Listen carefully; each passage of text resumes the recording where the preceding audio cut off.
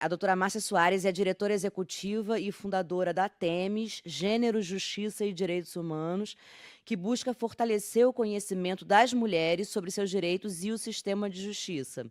É responsável pela gestão e coordenação de todas as ações, incluindo a gestão administrativa e de projetos da organização feminista e antirracista, que completou em 2024 31 anos de atuação. De 2006 a 2011, a doutora Márcia esteve à frente da Secretaria Nacional dos Direitos das Crianças e dos Adolescentes e também atuou como oficial de projetos da Organização Internacional do Trabalho, OIT, até 2017. Doutora Márcia, com a palavra por 25 minutos. Seja muito bem-vinda. Eu quero agradecer imensamente a todas as pessoas que possibilitaram que nós pudéssemos estar aqui hoje. Eu quero agradecer não só porque eu estou muito honrada de poder compartilhar esse espaço com grandes especialistas, mas porque a experiência do Rio Grande do Sul e o impacto dela nas mulheres, essa experiência precisa ser compartilhada. Nós estamos num momento de pós-desastre, e para muitas pessoas a emergência terminou, e não é verdade. Né? Nós estamos num momento, a pós-emergência, ela traz questões muito sérias, urgentes, que envolvem as mulheres, especialmente as mulheres mais vulnerabilizadas. Então, eu vou trazer aqui algumas das reflexões que nós aprendemos durante essa emergência. Um problema aqui do meu vídeo. A Temis é uma organização que esteve à frente das tentativas de mitigação do impacto dessa emergência nas mulheres. Nós atuamos muito fortemente, e talvez daí a nossa experiência com o que a gente pôde observar e refletir. A primeira questão é que aqui no Rio Grande do Sul, quando passou um pouco a emergência, é muito comum a gente ouvir que o desastre ele é democrático, ele atinge a todos, atingiu o centro de Porto Alegre, alguns bairros onde os moradores são de classe média alta, mas essa afirmação não corresponde à verdade, está longe de corresponder à verdade. Primeiro, como já foi dito aqui, porque as comunidades mais vulneráveis, elas estão em áreas de risco. Elas se conformam em áreas de risco porque este foi o espaço delegado a elas nos grandes centros urbanos. Portanto, são mais atingidas. A segunda questão é porque, ainda que fosse democrático uma emergência, a resposta do poder público de mitigação dos impactos dessas emergências na cidade, na comunidade, ela não é equânime, ao contrário. Né? Ela tem estratégias inicialmente muito voltadas para aqueles lugares e para aquelas pessoas com maior poder aquisitivo e portanto, com maior impacto na opinião pública. Nós fomos chamadas a falar sobre essa desproporção com a qual atinge mulheres em situações como essa, né, e as questões raciais que estão ali envolvidas. E eu gostaria de dizer que esses desastres naturais, que dizer que as mulheres são desproporcionalmente atingidas, não é só uma insígnia. Isso é realidade, uma realidade que nós vivemos aqui com muita intensidade.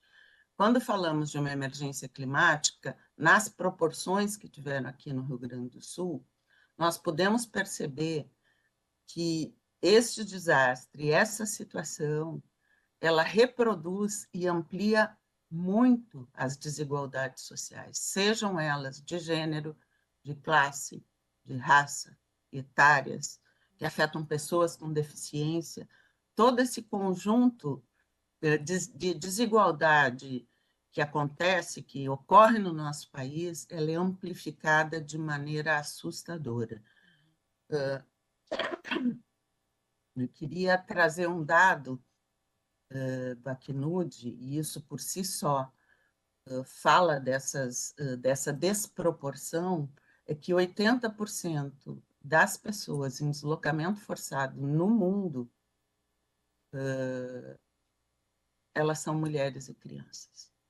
Isso por si só tem algo a nos contar.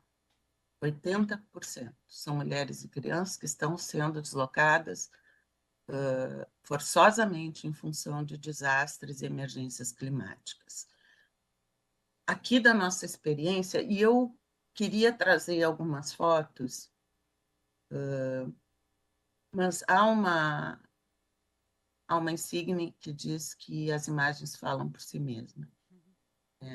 E é verdade, né? As fotos são bastante impactantes, mas imagens falam sobre fenômenos, não sobre suas consequências, não sobre suas causas. E nós queríamos agora abordar uma ou duas questões, se der tempo, sobre o que nós vimos aqui a respeito desses impactos. Sobre o impacto nas mulheres, nós temos 2 ou 3 pontos que seria oportuno lembrar. Primeiro, que essas comunidades que vivem em zonas de risco, elas são fundamentalmente habitadas por mulheres, por pessoas negras e mulheres chefes de família, porque são comunidades empobrecidas. Quando a emergência acontece, uma questão que diz respeito a essa desproporção tem a ver com a possibilidade de violação dos corpos das mulheres e sua relação com seus filhos. No momento de resgate, como aconteceu aqui, as pessoas são tiradas de dentro d'água com toda a emergência e sem nenhuma capacidade de acolhimento, elas foram para as estradas. Né? Então, as pessoas acolhiam quem podia, largavam na estrada e voltavam. O que acontece nesse momento? As mulheres se perdem dos seus filhos. Né? E a partir daí inicia, depois que elas estão nos abrigamentos, uma peregrinação atrás das crianças que estão perdidas. Então, se constituiu aqui, né, no estado, Porto Alegre, nos centros mais atingidos, abrigos específicos para crianças perdidas. E essas mulheres estavam em outros locais, sem ter ideia de onde estavam seus filhos, e com uma enorme dificuldade de locomoção, porque os entornos eram lugares de difícil acesso por conta da enchente. E quando a gente... isso por si só já é um drama para uma mulher, né? Perder seus filhos no meio de uma situação de caos. Quando a gente... E na questão do resgate, naquela escuridão, a ameaça de violência sexual e de abuso das crianças, ela já é presente.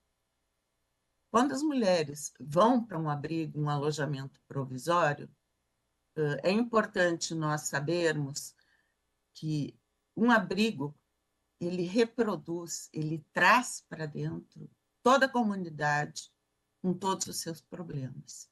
Então, existiam mulheres dentro da situação de abrigamento com medida protetiva de urgência que corriam efetivamente risco de vida, e ali também estavam seus agressores.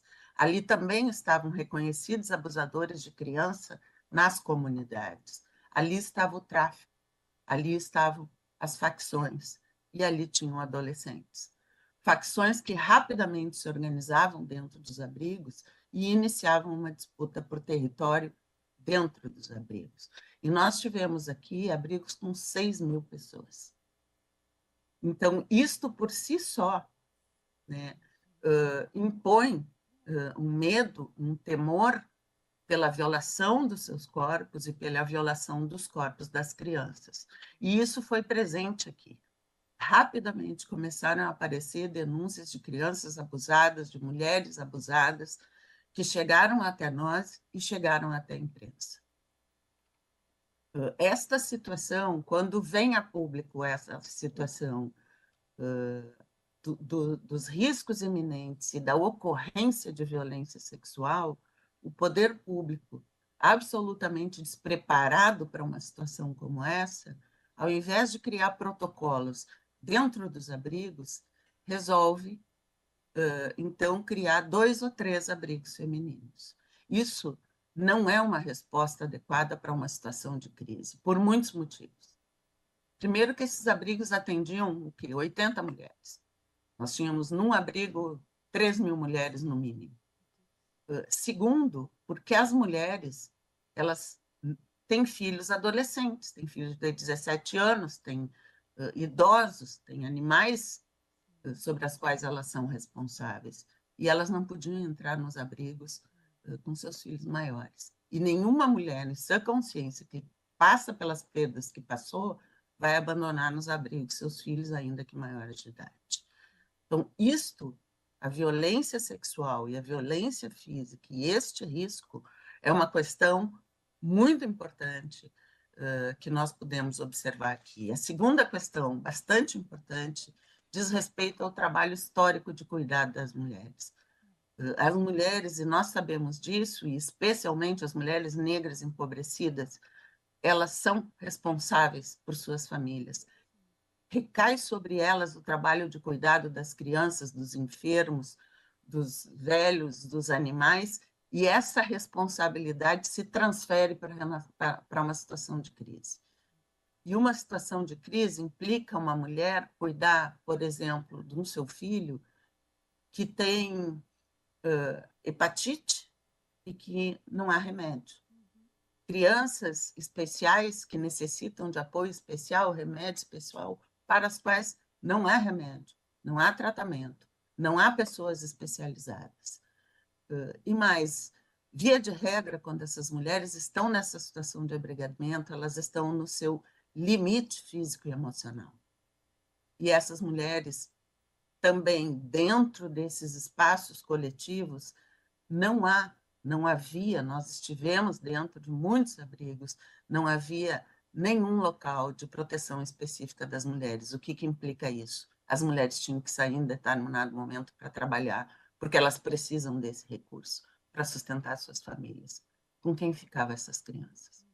Nós tivemos inúmeros relatos de mulheres que tiveram que abandonar seus empregos porque não tinham coragem de deixar suas crianças, seus filhos, dentro dos abrigos. E a questão dos animais, que foi relatado pela nossa colega daqui, também é uma questão importante, porque para quem perdeu tudo, especialmente para as crianças, a relação com seus animais, ela é constituidora de um mínimo, né, de senso, de família, de afeto, de relação. E esses animais também não podiam entrar junto nos abrigos. Então, outra coisa que eu acho que agrava a situação dessas mulheres no seu trabalho de cuidado é que os serviços não existem. Os serviços com os quais as mulheres contam, né, as mulheres vulnerabilizadas, esses serviços com os quais elas contam também não existem, porque estavam alagados, porque os técnicos também perderam tudo.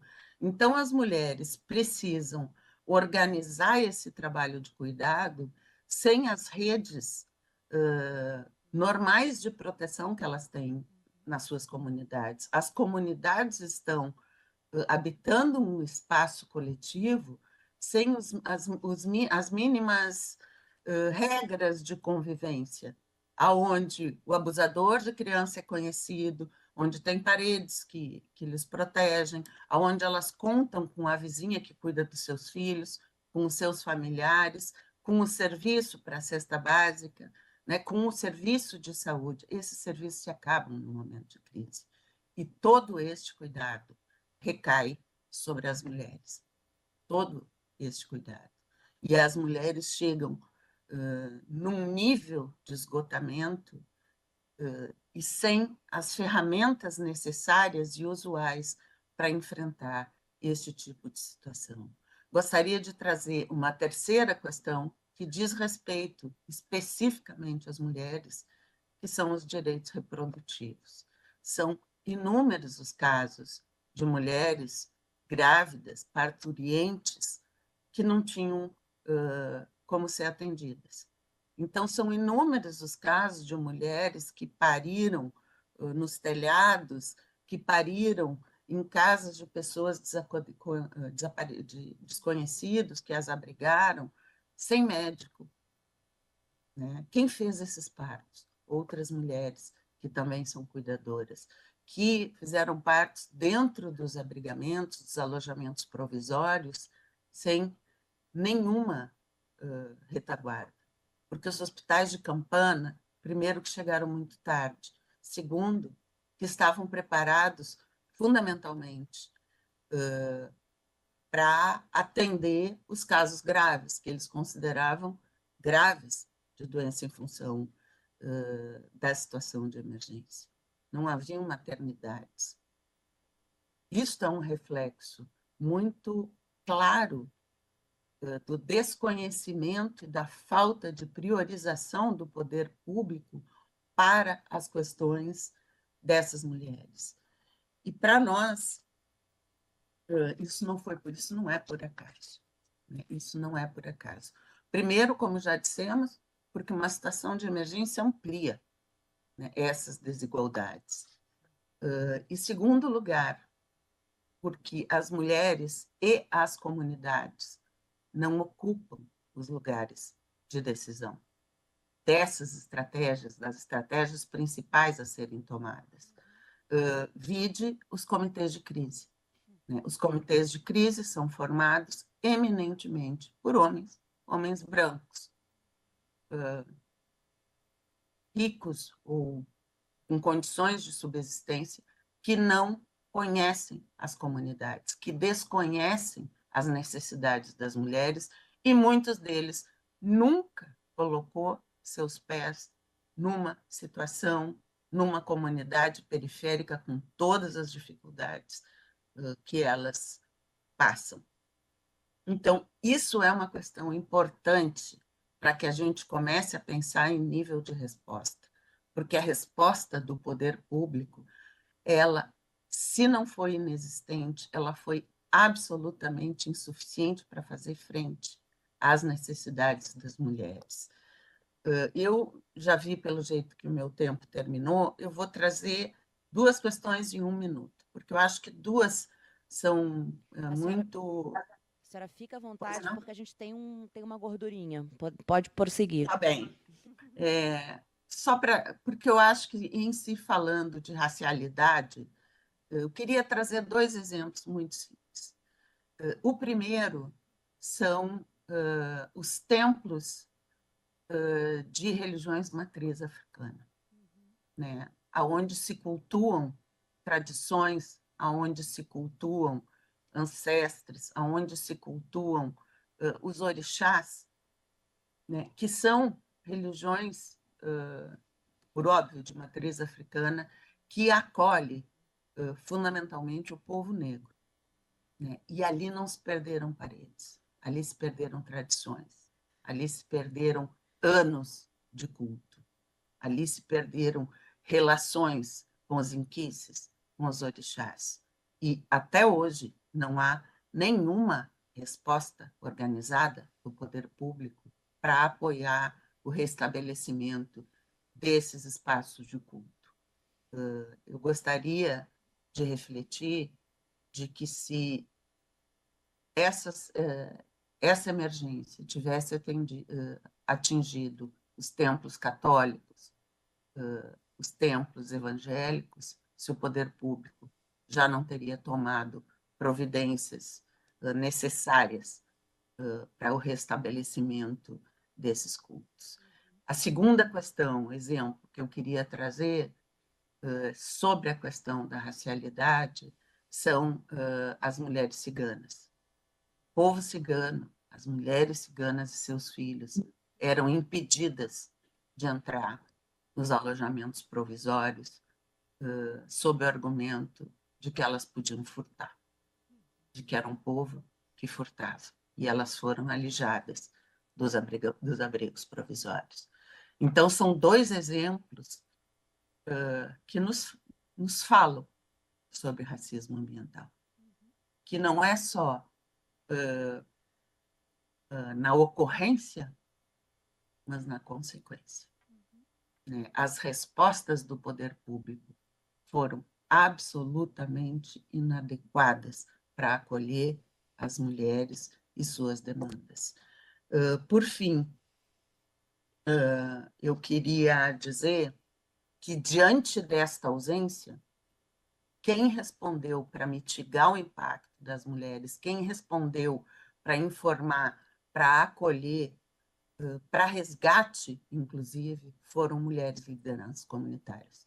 Nós temos aqui na rede, na Temes, uma rede de mulheres formadas por nós há 30 anos, que se chama Promotoras Legais Populares, e que foram as mulheres que tiveram à frente, nos seus territórios, dos processos de mitigação do impacto, dos processos de acolhimento, de acolhida dessas mulheres e de entrada nos alojamentos provisórios para identificar aquelas mulheres que estavam em situação de violência, para tentar imprimir ali mínimas normas, né? Mínimas ações para proteger essas mulheres. Eu quero dizer que nós propusemos aqui, no Rio Grande do Sul, o desenho de um mínimo protocolo de atenção dentro dos abrigos, porque abrigos exclusivos para as mulheres, eu já disse, não são a resposta. Nós tínhamos abrigo onde tinham 1.000 mulheres, 1.500 mulheres, 700 mulheres, e a resposta necessária é se constituir protocolos mínimos de atenção e de cuidado com as mulheres e as crianças, seja no resgate, seja durante o alojamento provisório, e seja no pós-pandemia. A informação não chega na comunidade, não chega porque, infelizmente, os governos se comunicam pelas redes sociais. A maioria dessas pessoas foi para os abrigos sem nada, sem Wi-Fi, sem telefone, né? E sem condições de entender a maioria das mensagens que eram passadas pelo poder público através das redes. As redes não são um canal adequado de informação para chegar na comunidade. Quando o poder público diz teremos um desastre sem proporções, ele está dizendo o que para a comunidade? Nada. Quando o poder público vai para a TV e diz a cidade vai colapsar, saiam, peguem seus carros e vão para a praia, ele está falando para quem? Para quem que ele está falando? Então, eu acho que todas essas são questões que precisam ser pensadas e para os quais todos os governos, o poder público do país inteiro precisa se atentar e, desde já, construir estratégias de prevenção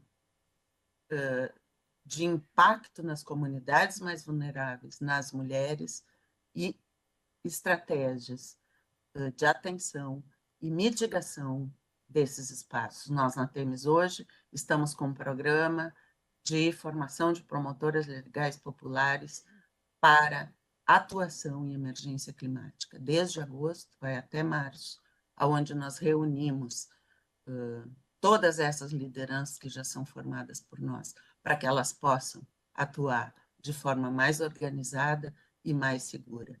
Esta é uma resposta da sociedade civil, mas nós precisamos que o poder público entenda o que atinge efetivamente das mulheres, as necessidades das mulheres, e incluam essas estratégias nos seus protocolos de resposta daqui para frente. Muito obrigada.